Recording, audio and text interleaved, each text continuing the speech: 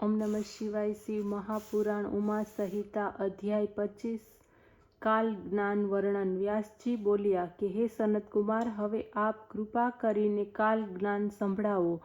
ત્યારે સનતકુમાર કહેવા લાગ્યા, એક સમયે આ જ વાત પાર્વતીએ શ્રી મહાદેવજીને પૂછી હતી। દેવી બોલ્યા કે હે દેવ, મેં વિધિપૂર્વક મંત્રો દ્વારા પૂજન પ્રકાર તો સાંભળી લીધો છે। હવે કૃપા કરીને મને કાળચક્રનું જ્ઞાન આપો અને મને બે બાબતમાં મારો જે ભ્રમ છે તેનું નિરાકરણ કરો। શિવજી બોલ્યા, હે કલ્યાણી, હું એ શાસ્ત્રને સંભળાવું છું જે વિદ્વાનો કાલજ્ઞાન કહે છે તે સાંભળો। મૃત્યુ કાળનું જ્ઞાન આ પ્રકારે થાય છે। જ્યારે અચાનક શરીર ફીકું થાય, ઉપરના ભાગમાં લાલાશ દેખાય, તો 6 મહિનાની અંદર જ મૃત્યુ થાય। જ્યારે જીહવા, મુખ, કાન, આંખ સ્તબ્ધ થાય તો 6 મહિનાની અંદર મોત થાય। જે લોકોના કોલાહલ ન સાંભળી શકે તેઓ પણ 6 મહિનાની અંદર જ મૃત્યુ પામે છે। વળી જે સૂર્ય, ચંદ્ર, અગ્નિ ન જોઈ શકે, બીજી બધી વસ્તુઓ એને કાળી દેખાય, તે પણ 6 મહિનાની અંદર યમનો અતિથિ થાય છે।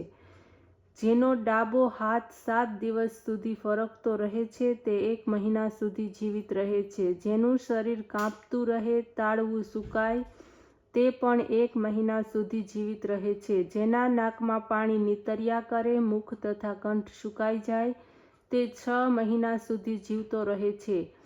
એ પ્રકારે જેની જીહવા મોટી થઈ જાય, દાંત ભીના રહે, તે પણ 6 મહિનાનો અતિથિ છે। જેને જળ, તેલ, ઘીમાં તેમજ દર્પણમાં પોતાનું પ્રતિબિંબ ન દેખાય અથવા ધૂંધળું દેખાય, તે 6 મહિના સુધી જીવતો રહે છે। જે માણસ પોતાની છાયાને મસ્તક વિનાની જુએ અથવા છાયા પણ ન દેખાય, તે પણ 1 મહિના સુધી પણ જીવી શકતો નથી। ધ્રુવ મંડળને જોનાર માણસ 6 મહિના સુધી જીવતો રહે છે। જેને સૂર્ય, ચંદ્ર મંડળનું કિરણ પણ ન દેખાય, એનું એક પક્ષનું જ આયુષ્ય શેષ છે। અને જે અરુંધતીનો તારો, મહાયાન, ચંદ્ર, તારાગણ દેખી શકતો નથી, એનું આયુષ્ય 1 મહિનાનું છે।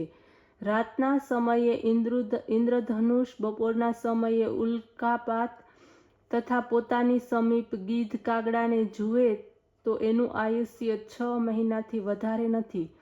જેને સ્વર્ગ માર્ગ તથા 7 ઋષિઓના દર્શન થતા નથી, તે પણ 6 મહિના સુધી જીવતો રહે છે।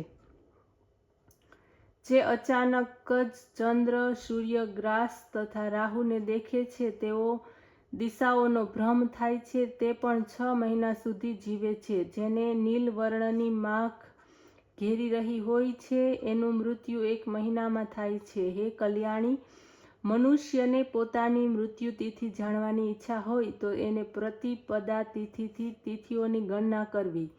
પ્રથમ સ્નાન કરી પવિત્ર થઈને દૂધ તેમજ સુગંધિત પુષ્પોને બંને હાથમાં લઈને મસળે, એના હૃદયમાં શુભ વિચારનું સંક્રમણ હોય, પછી પ્રતિપદા તિથિથી તિથિઓની ગણના કરવી। હાથોને સંપુટાકાર કરી લેવા, પછી વાર પૂર્વ દિશામાં મોઢું રાખીને 108 વાર નવાર્ણ મંત્રનો જપ કરવો। પોતાના હાથમાં પર્ણોને પણ વારંવાર દેખતા રહેવું। જેમાં ભ્રમર જેવું ચિહ્ન દેખાય એ પર્વની ગણના ક્રમથી એ તિથિને જ પોતાની મરણ તિથિ જાણવી। હે સુંદરી, આત્મવિજ્ઞાન 4 પ્રકારે જણાય છે: ઋણ, ત્રુટિ, લવ, કાષ્ટા, કાલિકા, મુહૂર્ત, દિનરાત, પક્ષ, માસ, ઋતુ, મત્સર, અબ્ધ, યુગ, કલ્પ, મહાકલ્પ ઇત્યાદિ પરિપાટી વડે સદાશિવ સમયનું હરણ કરે છે। ડાબો, જમણો અને મધ્ય આ 3 માર્ગ કહેવામાં આવે છે। 5 દિવસથી પ્રારંભ કરી 25 દિવસ સુધી વામાચાર ગતિમાં નાદ થાય છે।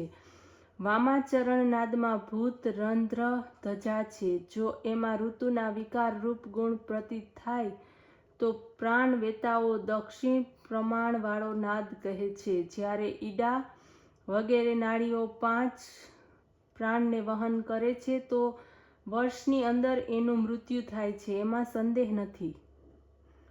10 દિવસ સુધી ચાલવાથી 1 વર્ષની અંદર તેઓ મરે છે. જો 15 દિવસ સુધી ચાલે છે તો 1 વર્ષ સુધીનું આયુષ્ય શેષ જાણવું. 20 દિવસના પ્રવાહ વડે 6 માસનું આયુષ્ય શેષ જાણવું. જો 25 દિવસ સુધી વામ નાડી વહન કરે છે તો એનું જીવન 3 મહિનાવાળું જાણવું. 24 દિવસના પ્રમાણ વડે 2 માસનું જીવન શેષ રહ્યું છે. જો ડાબી બાજુથી 27 સુધી અવિશ્વાત નાડી ચાલે તો 1 માણસનું જીવન કહ્યું છે. આ રીતે વામ વાયુના પ્રમાણ વડે નાદનું પ્રમાણ જાણવું. જમણી બાજુના વહન વડે 4 દિવસનું જીવન જાણવું. હે દેવી, નાડી 4 સ્થાનમાં રહેલી હોય છે. આડી નાડી 16 પ્રકારની કહેવાય છે. 6 દિવસની અંદરના દિવસમાં વામ રંધ્રમાં પ્રાણ પ્રકાશે છે. એ 6 દિવસ સુધી નાદ પ્રાજા સઢેલો રહે તો તે મનુષ્ય 2 વર્ષ 8 મહિના જીવતો રહે છે. જો 17 દિવસ સુધી પ્રાણ ચઢેલો રહે તો 1 વર્ષ 7 મહિના તથા 6 દિવસ જીવન સુધી જીવે છે. એમાં કોઈ વાતનો સંદેહ નથી. 8 દિવસ બરાબર ચાલવાથી 2 વર્ષ 4 મહિના તથા 24 દિવસ સુધી જીવે છે. જો 9 દિવસ સુધી પ્રાણ ચડેલો રહે તો 5 માસ સુધી તેમજ 12 માસ સુધી ચડેલો રહે તો 2 માસ સુધી જીવન રહે છે. 11 દિવસ સુધી પ્રાણ આરૂઢ રહેલો રહે તો 1 વર્ષ 7 મહિના તથા 6 દિવસ જીવતો રહે છે. 12 દિવસ પ્રાણ આરૂઢ રહેવાથી 1 વર્ષ 7 મહિના તથા 6 દિવસ સુધી જીવતો રહે છે. જો 13 દિવસ સુધી નાડી વહન કરે તો એનું આયુષ્ય 1 વર્ષ 4 મહિના તથા 24 દિવસ શેષ રહે છે. આમાં કોઈ રીતનો સંદેહ નથી. જો ડાબી બાજુએ 14 દિવસ સુધી પ્રાણ વહન કરતો હોય તો એનું 1 વર્ષ 6 માસ તથા 24 દિવસ સુધી જીવન જાણવું. આમાં કોઈ રીતનો સંદેહ નથી. 15 દિવસના પ્રવાહ વડે 9 માસ તથા 24 દિવસ જીવતો રહે છે. 16 દિવસના પ્રવાહ વડે 10 માસ તથા 24 દિવસ જીવન શેષ રહેશે. 16 દિવસનો પ્રવાહ હોય તો 10 મહિના તથા 24 દિવસનું આયુષ્ય રહે છે. હે સુંદરી, કાલ જ્ઞાની પુરુષોનું આ કથન છે. 18 દિવસ સુધી પ્રાણવાયુ થઈને ચાલે છે તો 8 મહિના 12 દિવસ એની અવધિ છે.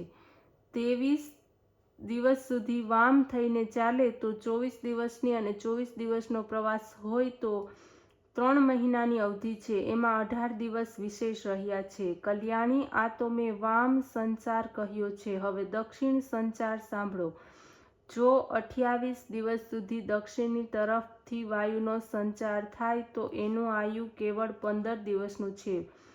પ્રવાહ 10 દિવસ ચાલતો રહે તો 10 દિવસમાં મૃત્યુ થાય છે. મહિના સુધી ચાલે તો 5 દિવસમાં તેમજ 21 દિવસના પ્રવાહથી કેવળ 3 દિવસમાં મૃત્યુ થાય છે. 22 દિવસના સંચારથી 2 દિવસનું આયુષ્ય છે. આ બધું દક્ષિણથી તરફથી સંચારનું ફળ સંભળાયું. હવે આપને મધ્યસ્થનો પ્રકાર કહું છું તે સાંભળો. જ્યારે પવનનો પ્રવાહ મોઢાના એક જ હિસ્સામાં જણાય ત્યારે એનું મોત એક જ દિશામાં થાય છે. હે કલ્યાણી, આ પ્રમાણે નષ્ટ આયુષ પુરુષોને માટે કાલજ્ઞાનીઓએ કાલચક્રનું વર્ણન કર્યું છે. ઓમ નમઃ શિવાય.